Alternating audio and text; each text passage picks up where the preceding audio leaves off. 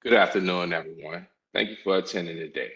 And on behalf of the Executive Director, VA OSDBU, Mrs. Sharon Ridley, the Deputy Executive Director, Mrs. Kimberly Osborne, and our Strategic Outreach and Communications Director, Mrs. Chanel Bankston Carter, thank you for attending today's training. The Office of Small and Disadvantaged Business Utilization will continue to leverage the efficiency of technology to provide timely and relevant information to small businesses that bring to the table the advantages of flexibility, generally lean staffing, and invigorated entrepreneur spirit. And as a vital aspect of our supply chain, small businesses help us serve our nation's veterans with honor by using the qualities I mentioned earlier. So thank you for attending today and best wishes with your future business pursuits. My name is Curtis Brandon, and joining me today is my colleagues, Wendy Bray and Dr. Nicole Hines. This training is being recorded, and this recording will be available within 72 hours. It can also be uploaded to our YouTube page as well. So when you get a chance under that QR code, please feel free to click on go visit our YouTube page.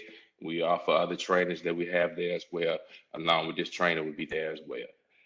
Excuse me. At the end of this presentation, a training window will appear. A survey window will appear. I ask that you please complete the survey. Please provide us feedback. Let us know how we did today. If the training was effective to you, I would love to get 100% participants. So please feel free to complete the survey at the end. Last thing I want to say is thank you to all of the veterans that are in attendance, and thank you for your services.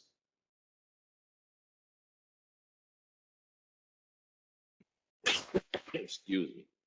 The VA's mission statement is clear: to care for him who shall have borne the battle for his widow and his orphan. It's simply stated, we are obligated not to only care for and support the veteran, but their loved ones as well. So here at the Office of Small Disadvantaged Business Utilization, our mission statement directly undergirds this thought through the prioritization of enabling veterans to gain access to economic opportunities through our policies and our programs.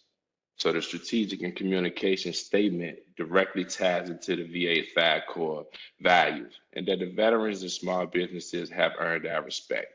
So we strive to do everything with integrity and excellence, and we are committed to advocacy for small businesses through our awareness of VA small business programs and their resources. Excuse me. Yeah. And now for our agenda today. Here's what we're going to cover today. We're going to really examine the capability statement and how you can maximize it for your business. We will begin with the definition of what it is, the components needed for a comprehensive capability statement, and we will discuss the need of this important business tool. Finally, we will summarize the information presented in the Q&A session. We'll commence and a survey will be launched for your participation. By the end of this session, you will be able to understand what the capability statement is, the need for a comprehensive statement that will leverage you better as a small business seeking opportunities, and you will be able to recognize the different type of capability statements used to respond to various federal contracts that are available and what is most important, appropriate for your business needs. So lesson one, we will discuss the definition of the capability statement. So I know you heard a lot about a mention of a capability statement, but what actually is it? We can say that it means a few things, but what does it actually mean for your actual business? So by definition, a capability statement is a concise one-page document for your business competencies. I want you to think of it as your as your business resume or your chance to provide a snapshot of specific information about your business designed to compare potential customers that you actually want to do business with. For anything like an elevator speech, your capability statement should be concise and it should be highlighting your company's business capabilities to any business and a government agency that would buy your products and your services. So with your capability statement, it's basically your elevator speech 90 to 120 seconds. What do you have to say about your business and how your business is the best to actually win that contract?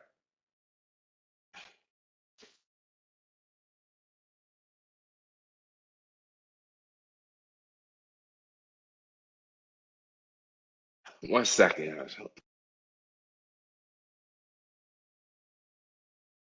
All right. Sorry about that. Got a little cough right now.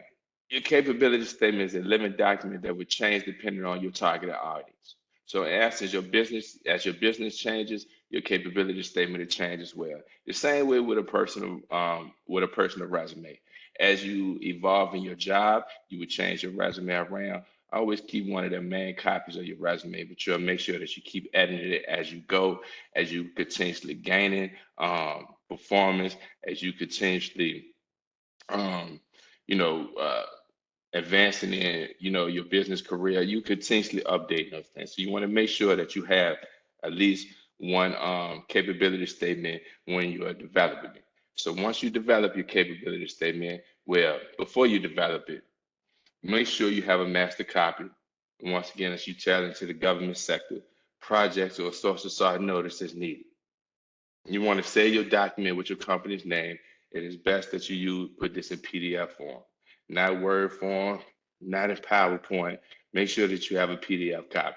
This is because when you send it out virtually to government agencies, it's best to use the PDF method and make sure that you can get behind the firewall. That's something that our communications team, Nicole, checks, who is our communication person, and make sure that your business can get behind the firewall. She can explain that later, but make sure that you're actually doing it in PDF. It's a file. The file is safer for you to use as well. When you are producing and creating your capability statement, you have limited space. So make sure that you stress your competencies and your set aside eligibilities and your past performance. You want to ensure that your logo is present, as well as other branded elements for recognition, so they can recognize. Be free of long bullets. Sorry, be free of long paragraphs, using short sentences and bullet lists for quick visual scanning. And make sure that you tell in your capability statement to what in the request that what you are requesting. You want to target your audience through successful marketing as well, by identifying your potential customers through the careful market research and telling them why your company is the best choice to do business with. I can't express enough that your capability statement should not be too long. Lengthy capability statements will cause the reader to lose interest. It's okay to use front and back of your capability statement to make it 2 pages. It should not be too vague, as an average sentence should have a purpose and contain pertinent information. That's what we talk about, the fluff and the bluff. If we was to talk about, writing your core competencies and your capability statements, my company, we are the best. What does that mean? There's a lot of companies out there that feel that they are the best. So make sure if you're describing what are we the best, make sure you put in there what do you do that make your company the actual best and why do you feel that way. So make sure you're not too vague. Once again, every sentence, once again, should have a purpose and contain a great deal of pertinent information. Do not include information that sounds impressive and things that you have not done that makes you sound unqualified. Okay, so do not embellish. Be careful overselling your capabilities. You could be disqualified for your current bid and may damage your reputation for your future business. So all information should be accurate and true. And remember, no capability statement should be a one size fit all. So, for example, when you verifications, certifications, when you receiving these things, making sure that you actually apply and you actually have received your verification of your logos, the logos and the things that your certification that you're going to put in your capability statement. Don't say that I'm an SDVOSB or a VOSB and you are not a veteran. One, that's untruthful. Two, that can actually, upset some of the veterans out here who actually have, served the country for us. So making sure that you're being truthful, you want to make sure that you're not damaging your actual business as well.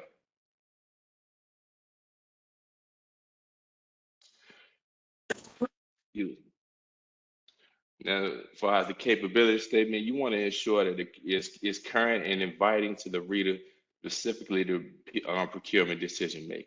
The purpose of a capability statement is to provide specific information that will convince that potential customer to do business with your business.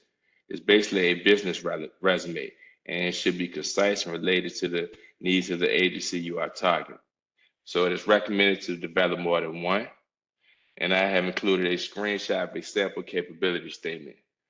It does not have to look like this or be in this format, but you need to make sure that you have these 5 key characteristics listed on your capability statements. There's core competencies, there's past performance, there's differentiators, there's company data, and pertinent information, pertinent codes. And we'll discuss more of those as we go along in the presentation. But make sure when you're creating your capability statement, it does need to look aesthetically pleasing.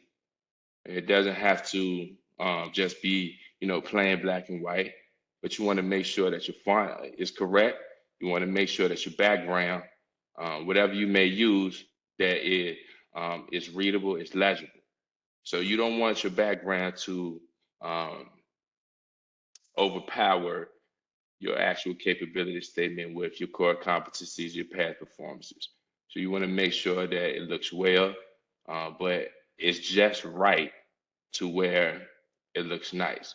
Be mindful of your font, be mindful of your color, be mindful of who is actually reading your capability statement.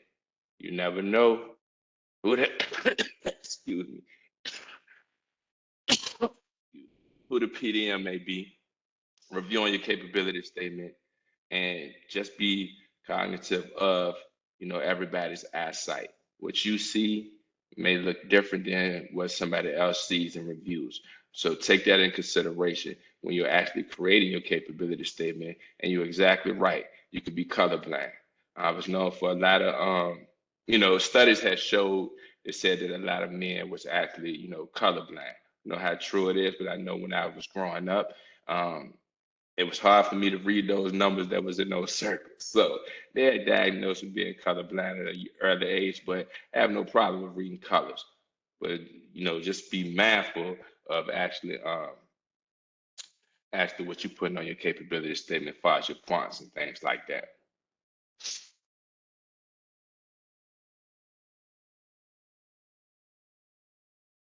As with a resume, the quality of the content is definitely more important than the quality of the design. You want a clear, easy to read design that is your best bet. So in terms of aesthetic, it's generally best to stick to one highly readable font at the most. Adding color is fine, but make sure you limit your color, as we was just speaking about. I'm sorry, I got some. I apologize. Companies usually place that logo at the top and contact information at the top of their capability statement. I recommend that you do this because we read from the top up, top down. Your logo, your actual certifications could be at the top along with your contact information. So it's easy for the PDM, reading, and if they like it, say, hey, they have their certification. I can see the contact information. It's easily to identify your contact information, all your verification and certifications as well. Now, if you put in your logo, which say that I'm SDVOSB on your capability statement, you'll have to list that in your capability statement or write it. So please do not write it down and say, that's duplicate information that is not needed, where you can actually go ahead and put more pertinent information about your company that would be useful. So be mindful of duplicating information on your capability statement as well. We have a question. Is there a recommended font type and size for your capability statement? Can't recommend any font type or size to you, but I would recommend you, do something that's, basically, I want to say that's pleasing. Like, I wouldn't Okay, I'm not going to put nothing on there that's, um, that's 8 font, right? I want to put something that's more, maybe so 12 or more, something that I can see, something that's going to fit along that one page that you are actually creating. And once like I said, you're going to make sure that when you finish your capability statement, make sure you have somebody else take a look at it. Ask them their opinion so they can review it and let you know, because what you're seeing is exactly what you're seeing, and that may be okay to you. But just make sure that you send it to somebody else so you can get feedback and say, hey, is this too small? Is this too big? Is the color right? Is it not? Then you can go from there and make adjustments accordingly. Thank you, Curtis. That's all the questions we have for now. You're welcome.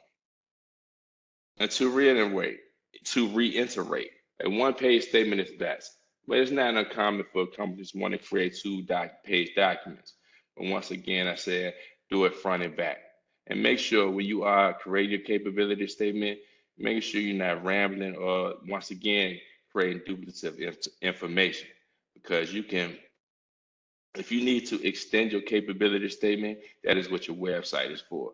We'll talk a little bit about that later on in the presentation. Was that the only question, Wendy? Now, before we go to lesson 2? Yes, for right now. Thank you, Curtis.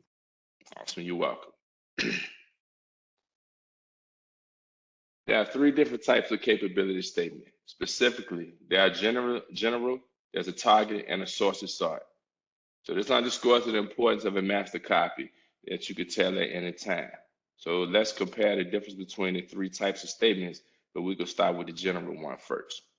This statement can be sent to any agency or prime contractor, and it has limited uses, so it isn't going to be as effective as a targeted capability statement when reaching out to specific federal agencies or prime contractors.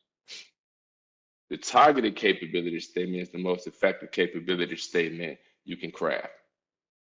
It's also the most time-consuming one as well.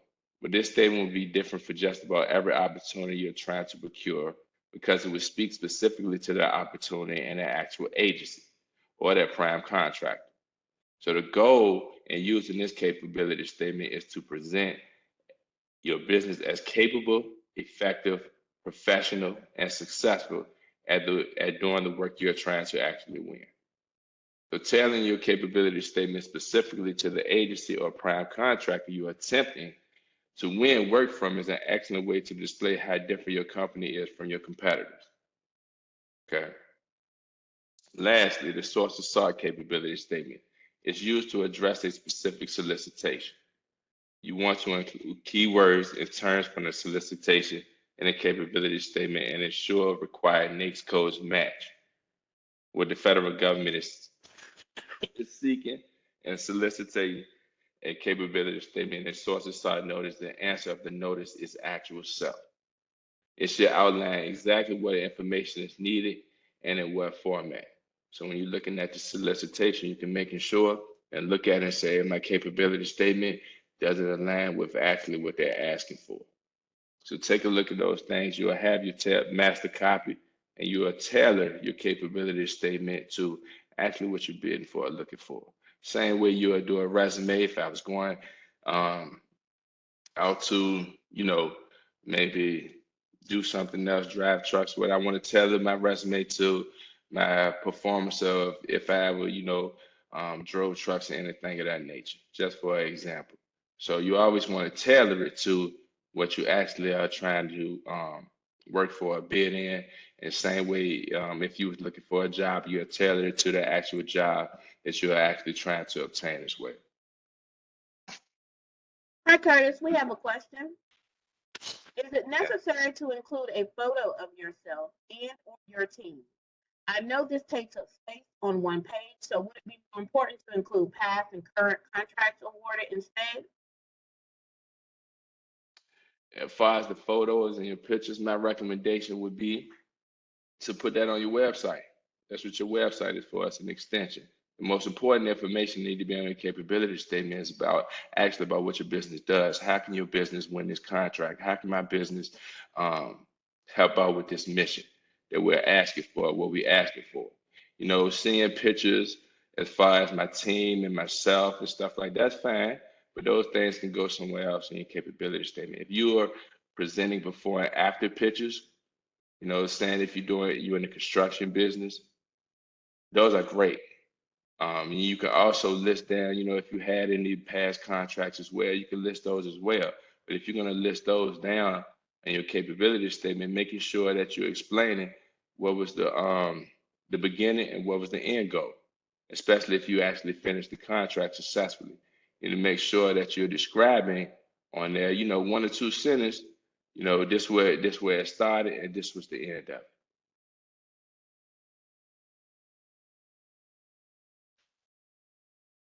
Thank you, Curtis. That's the only question we have. You're welcome.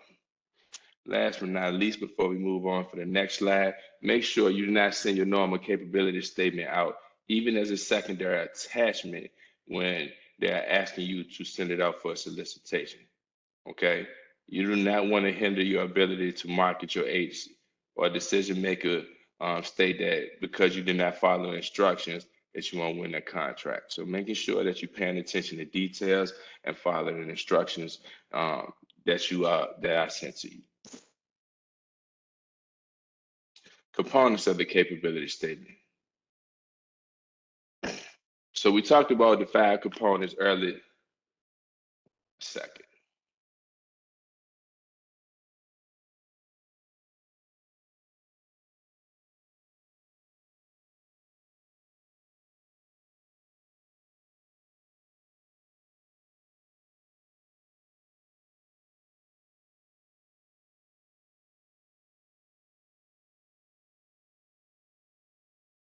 Apologies, everybody. Now we're gonna talk about the 5 key competencies and core competencies and highlight the unique value of your core competencies. And again, this is a snapshot of information needed. You know, NORD is not expected to speak on everything your business is able to do, but you make sure you use bullet points and short sentences to convey this information to target your agency's specific needs. Okay. Core competencies are a bundle of skills and technologies that'll help you enable your firm. It's going to provide a particular benefit to your customers. You want to create a barrier of entry for your competitors. And you want to also use it as leverage to enter new markets. When you're building your core competencies, you want to analyze the operations and determine what part of your business can deliver exceptional results within a short time frame. Core competencies can be acquired from partnering and licensing as well. So if you gain core competencies by partner and license, you want to make sure that you're putting those things on your capability statement so you can create an advantage. When we talk about past performance, you should list all your past customers for whom you have done similar work. You want to show your benefit to the customers and provide contact references. Pictures are worth 1,000 words and it saves space if relevant. If past projects do not relate to your agency needs, do not list them. Once again, you can use front and back. You know, I still consider one page if you use front and back. So, you know, don't shy away if you need to use before and after pictures for the actual work that you actually do. You may want to include the size, scope, and complexity and when. It's one way for a PDM to quickly identify if your company can perform the actual job. When we talk about differentiators, they are just that. What makes you? I'm sorry. Before you go to differentiator, there are a few questions about past performance. Okay. The first one, I'm a brand new LLC. I don't have past performance or history. How should I address that on my statement? Well, right now you don't have any past performance or any history, so right now it's nothing that you can actually put down as far as what you have done. You can put down any feedback that you may have from customer reviews if you have any of those at this time. Even if you were coming over from, let's say that you created a job that you were that you felt that you know you have the experience doing, understand that a business owner and actually doing a job is two different things. So being a business owner doesn't necessarily say, you know, I have those actual skills of what I brought over here as far as this is my company now.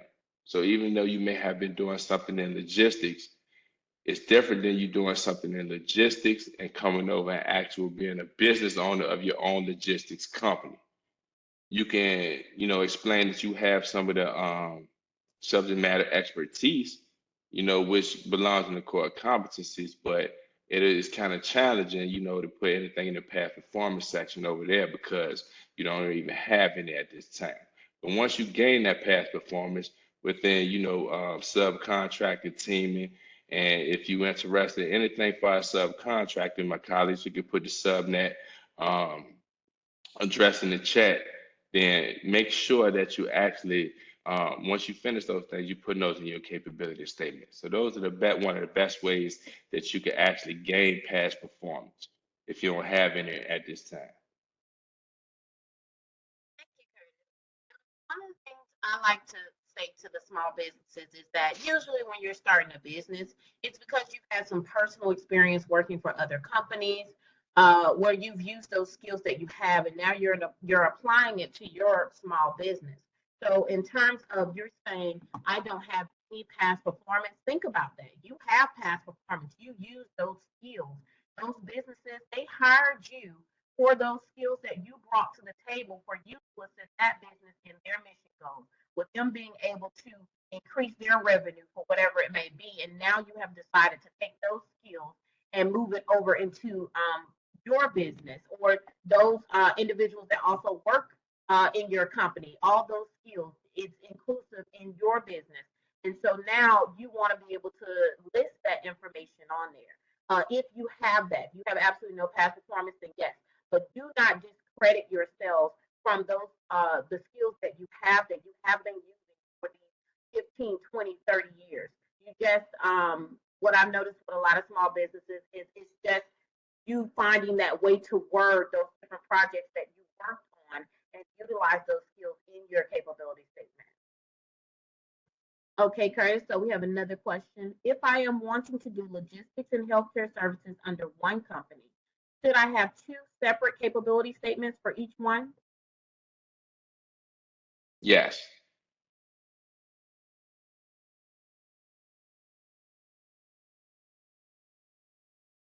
Thank you, Curtis. You can't, Are you you welcome. able You to kind kind of, of elaborate a little you're, bit more on that? you're, Those you're individuals. low, you low I'm when sorry. your volume low. Okay. Um, give me. Go ahead and continue, and I'll ask that question afterwards. Let me switch over to a phone. Okay. I think I left off at differentiators. Differentiators are just that. What makes your company unique or different from your competitors when you respond to the needs of your actual client? You need to explain the needs of your client and why your firm is better positioned than any others to respond to those actual needs. You should list unique factors and benefits of your products or services that set you apart from your actual competition. How is your business best suited for the needs of your targeted audience? A clear statement that relates to the specific needs of the agency can help the customer understand why they should choose your actual firm. Include one or two short sentences of your company description. Include numbers of employees in their capacity. You could put that as well. List any of your DUNS, case codes, your NAICS codes, and any set-aside eligibility for your business holds, such as your SDVOSBs, VOSBs, hub zoning, etc. Now remember, the DUNS number did change over to the UEI number. Make sure that, you know, if depending on if you're doing business with the government, make sure that you have a UEI number. I know that some states still recognize the DUNS number, so if you're gonna still use state agencies, make sure that you have that master copy and you can switch back and forth because some of the states still recognize the DUNS number, not the UEI. Company information. You want to make sure that Contact information is correct with the name of the owner of the company, your email address, and the phone number. The contact information should mirror your website. Well, your contact information, right, should mirror your website. So whatever you have in your capability statement, it should have the same thing when you go on your website as well. As simple as it sounds, ensure to include your contact information such as physical address, your business address, your POC details, the office number, telephone, office, fax, email address, etc. However, it's best to get in contact with you. Make sure those things are on your actual capability statement. Again, it's recommended that your contact information be listed at the top and only put it one time on your capability statement. We review capability statements, and provide recommendation, to small businesses, and we'll see that sometimes. See that people will maybe put their contact information at the top, or maybe put it in the middle or the body section of their actual capability statement, then have it at the bottom as well. When you do not duplicate information, it allows you more time to and more space to put other pertinent information that you have to speak about your company there.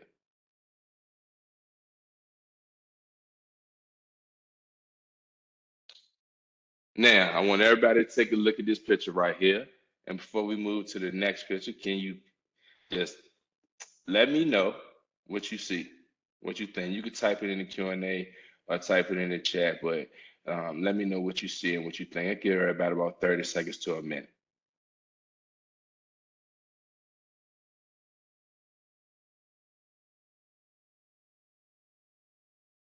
Mm-hmm.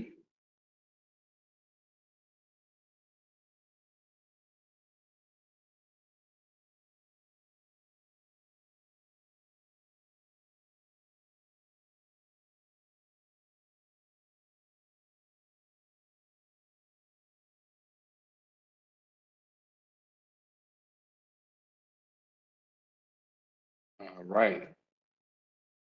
All the same, step same. Yep. One pen, business. Okay. Great responses. Thank you. Now I want to go to the next slide. Now tell me what you see. Compare this illustration and tell me what you see now.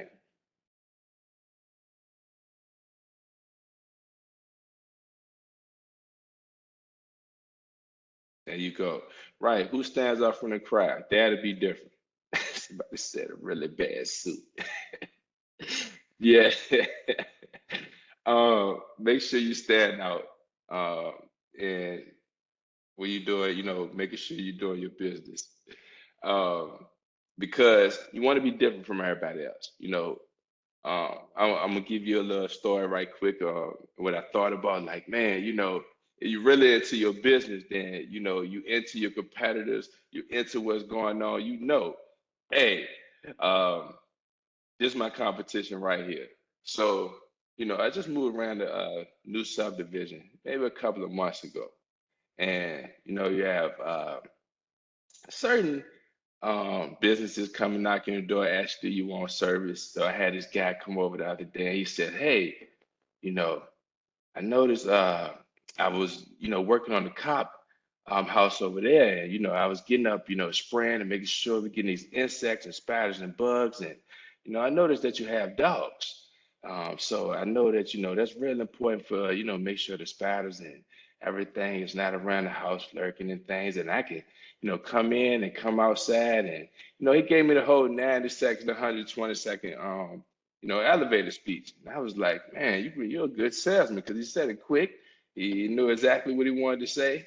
And as I'm telling him, it's like, hey, I already sprayed some stuff. I got some home defense. And I said, I think like one of the other companies out here that do my grass, they were supposed to come spray too as well for, spiders and things of that nature. And first thing he said was, yeah, that's good. But I got plant-based spray, plant-based products. So that makes sure it's not going to harm the dogs. It's not going to harm anything, harm the animals, nothing. I said, So for I said, that's nice. But then I already know the home defense say the same thing on the box. But one thing he was doing, he was the that was his differentiator, right? He was showing the difference between, his products and the products I was using. Then as we continuously talking, I said, well, hey, I had a guy that came over here maybe a month ago, that came on a hoverboard. And he was like, came on a hoverboard. I said, yeah, that's like a two-boy. And I mean, he ain't had no handles or anything. And he said, as he came, and he said, I know exactly who you talk about. Those are guys with the blue shirts on. I said, yeah. He said, man, I know all of my competitors around here. I said, uh-huh. He said, man, I know everybody in this business. I've been doing it for a while. But this is my business. He said one thing about me. He came over here with a hoverboard, and that's my truck right there. So you explain to me how he's gonna get these products to you. So I'm saying that to say, it's a lot of things that, similar interests, similar business, but people do a lot of things that are different. Make sure that if you're doing things that are different, um, that you put those things down and you listen to those things. Why are you different from your competitors? Okay, everybody is different and unique in some sort of way. Okay, and before I move on, and thanks for the answers for those questions, man. Some of those, I mean, for the when I was asking the questions, some of those was fun. To make sure you're different, Some things you want to do is talk to your past clients to find out what distinguishes your products and services from your competitors. Um, I'm going to provide you now with 7 questions that should be addressed when you are starting to create your actual capability statement. Number 1, what distinguishes your products or services from your competition? Number 2, how does your team create an advantage over your competitors? Number 3, what other factors help them pick your company over the competition?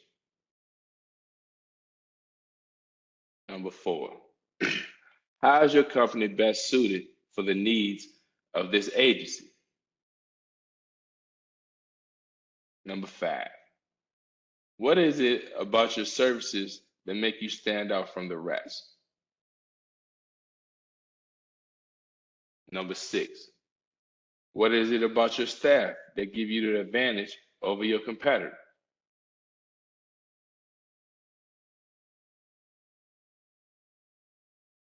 Number 7, why are your products better solutions than the others that are available? If you are left answering the following for us, please know your information didn't likely translate to a PDM well. Doesn't make it hard to submit a clear recommendation if if they can't see your company over one of your competitors. Okay.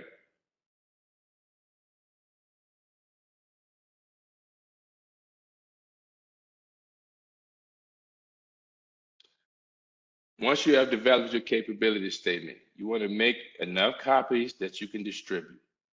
You want to update your capability statement regularly to include current products, services, and other corporate information. But like anything else, once again, have somebody proofread your capability statement and provide feedback before you share it with your potential customers. This is where your opportunity to address any grammatical messaging and other errors that you may have.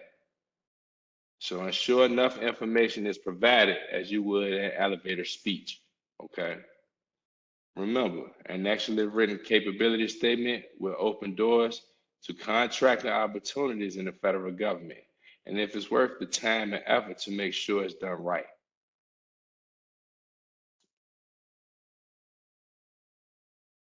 To summarize, before we get into the Q&A portion, a well-written capability statement is an important tool to promote your business. If it does not inform existing and potential customers about your business capabilities by way of who you are, what you sell, or what competencies you bring to the table, it may result in a missed opportunity. The information you receive today will aid you in creating a powerful capability statement, and it should open doors to contractor opportunities for you as well. This tool is a key to building relationships with important decision makers in government contracting by providing them with a concise description of the goods and services your business can provide. A sample capability statement will be sent out to you along with this recording of the slide deck. So please use the format as an example to create your capability statement if you have not created one already. Before we get to the Q&A section, I would like to make an announcement that we do host a capability statement workshop. This workshop is monthly and it's live and it's interactive. And the purpose is to assist VOSBs that's needing additional assistance with writing that capability statement. Since you attended this training, you are eligible to attend the workshop. If you want to attend the capability workshop, if you see the email address listed below that's on the screen, you can make a request there and say, I would like my capability statement reviewed. If you're unable to see the screen, you're on the phone right now, and you can type in the Q&A box or the chat that CS you would like to attend the capability statement workshop. Disclosures do have to be on camera. We like to interact and we like to network, but we will provide you with some recommendations on how to go from great to excellence.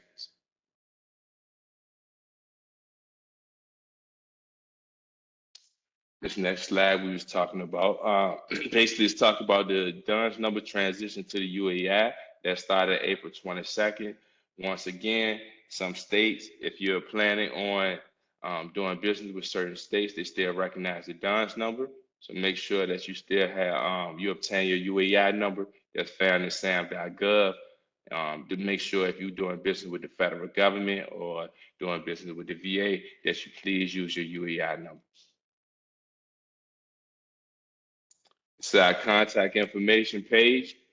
This is our phone number at the top, which is our help desk phone number, along with our email address. This is our social media page, Twitter, YouTube, and our LinkedIn. Feel free to go on our social media page, review them. Nicole puts out some wonderful information to our small business community to keep you informed of any training, anything we have upcoming, and keep you informed with what's going on with the VA OSDBU. On August the 22nd, please join us to Through the Eyes of a PTAC, Perspective and Preparation Needed for Doing Business with the VA. And that's August 22nd at 3 o'clock. We have a special guest from Hawaii that will be presenting, a PTAC from Hawaii. Now, at the end, if I can ask Wendy and Nicole, do we have any questions before everybody leaves out and complete our survey for today? Hi, Curtis. Yes, we have a few questions. The first one is, can you clarify what past performance means or how it would look on a capability statement? I mean, past performance is the same thing with anything that you have done. Like if you was looking on your resume, what was your past performance? What have you done prior to? What have you done for your business? While I have my business in place, these are the things that I have done to be successful with running my business. These are my past performers who I've worked with, who have, either came to me, who I provided services to. These are the past performances that you talk about. You talk about those feedbacks and the things that you provided that you have done well with your business. Those are your past performances. Anything that entails of any work that you have done regarding your business, those are the past performances that you have.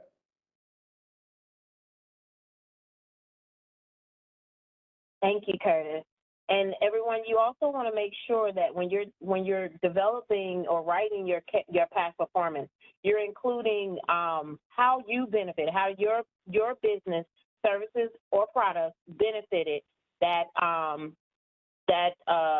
buyer or client, how you help them to increase their revenue, how you help them to increase, I like to use, for example, that productivity. Another question, Curtis, will the 7 questions be included in the presentation, the 7 questions that you mentioned? And if not, can you please repeat them? Yeah, they're included in the slide. I'm sorry, no, they're not included in the slide deck, but it will be included in the training and the recording.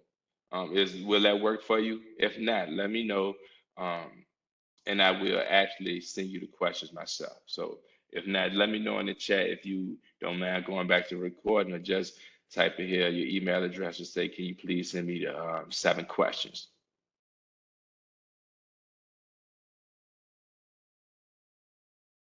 Another question. That's I would okay. like, oh. Go ahead It's a with that. workshop. I was looking at the chat. Respond to somebody call me or something else. It's okay. Brad. Yes. Get a link to Okay, that looks like that is all the questions. Okay. Yes, they said I will be away. Could I get a link to the 22nd webinar? A link to the training that's coming up will be included in the presentation. And Curtis will it be by tomorrow morning, Curtis, you'll be able to send it out? I know we got to wait for the report to generate. Yeah, I'm gonna send a presentation out by tomorrow morning. And once you get the presentation, this link is actually hyperlinked. You can click on it and register for the course. Please feel free, if you don't know what a PTAC does, and how they can assist you further. I mean, free, please attend. They have a bunch of information, how they can assist you. They even assist with capability statements as well. So they do a lot of things that can assist you. So please feel free to attend and see all of the things that they can help you out with. We had another question come in. Is there a template capability statement available at Askaboo, like the one on the slide? I'm gonna send the capability statement out. I'm going to send you a sample capability statement. Now you will see sample capability statements online, and I understand those ones that you got to pay for. You will see various different things of capability statements. So for example, a lot of people will put, capability statement at the top of their capability statement when they're writing and sending the capability statement out, when they're creating that capability statement. I would recommend that you wouldn't put capability statement on there, because depending on the work you're doing and it's going to the PDM, they should know that there's a capability statement, right? Same thing with a business resume. I wouldn't write business resume on it. If I'm going to apply for a job, I'm gonna hand you my resume so you know this is my resume. But some capability statements, you're gonna see that listed. Some capability statements you may look at, you're gonna see that they have one word for their core competencies. In order, for me, I would take advantage, in order to take advantage of my competition, I'm going to put in there specifically what I have done the best, my company is the best, and doing this with these products, blah, blah, blah. So I'm going to elaborate on my capability statement so I can go ahead and take an advantage of my opportunity.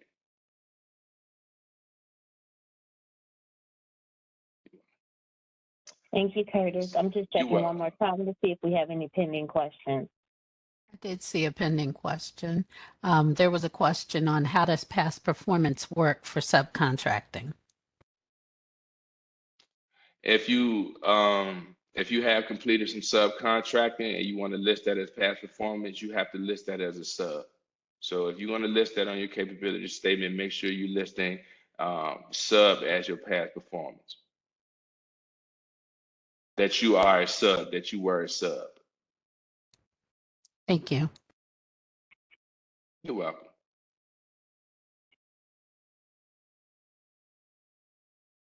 And that's all the questions that I'm seeing. Are you seeing any of the questions, Nicole, on your end? No, that's the only one that I saw. Okay. Somebody said that they did have a question in the chat. Oh, how does the subnet work? I'm sorry. How does subnet work? Subnet is created from SBA. SBA created that website for small businesses and primes to be able to interact with each other to identify if there are any subcontracting opportunities. So if there is a small business out there looking for primes, you can utilize Subnet to be able to identify those primes, and primes, vice versa, they can use Subnet to be able to identify the small businesses. But that's just one way to be able to identify potential, your small business, potential subcontracting opportunities. Sometimes you'll have to you'll have to identify those primes throughout your market research and then be able to go to those primes to meet with them regarding those potential subcontracting opportunities. A few of them actually have a web page for their business that's specific for any small businesses that want to subcontract with them, to go ahead and submit their capability statements as well as some other documentation they may be requesting. Okay. Thank you, Wendy.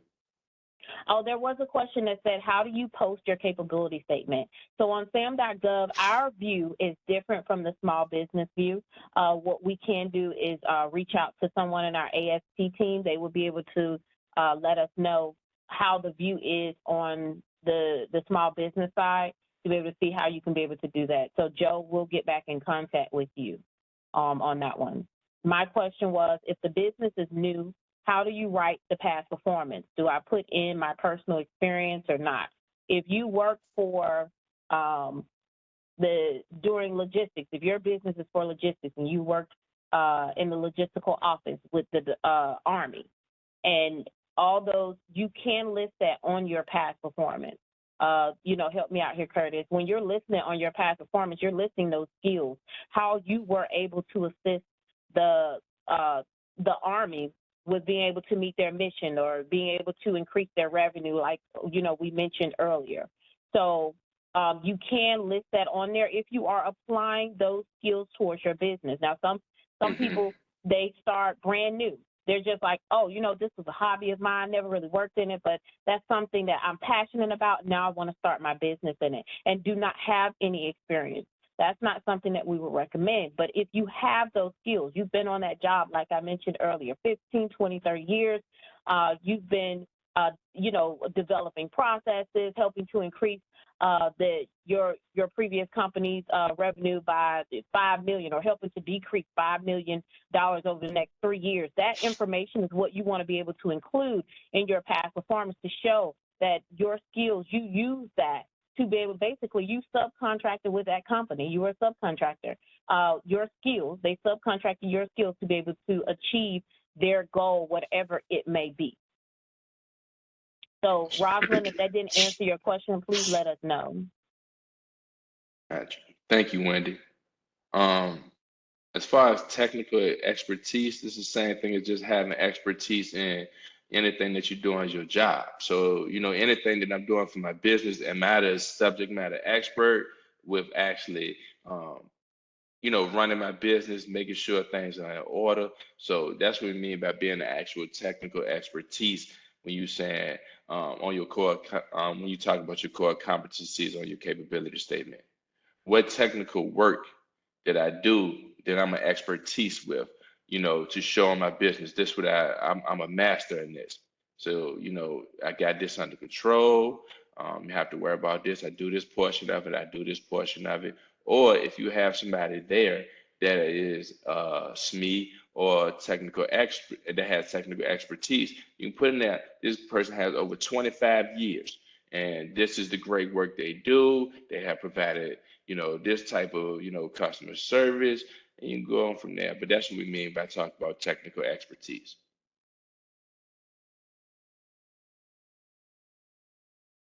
We have any more questions? Yeah, there was one question here. You may have gotten it already, but someone asked that the 7-step slide be put back up so they can screenshot it. Yeah, I seen the question. I sent it. I already went to the slide and they did. Okay. All right. I don't have any more questions over here. Awesome. Well, thank you. Thank everybody for attending. Thank y'all for hanging in with me. I had coffee issues at first and I couldn't stop. So I appreciate y'all bearing with me. Good luck with your business endeavors, and we will see you guys in 2 weeks on August the 22nd. Thank you, and I hope everybody have a wonderful day. Please feel free to complete the survey at the end of this. Thank you. Bye. Thank you. I appreciate that.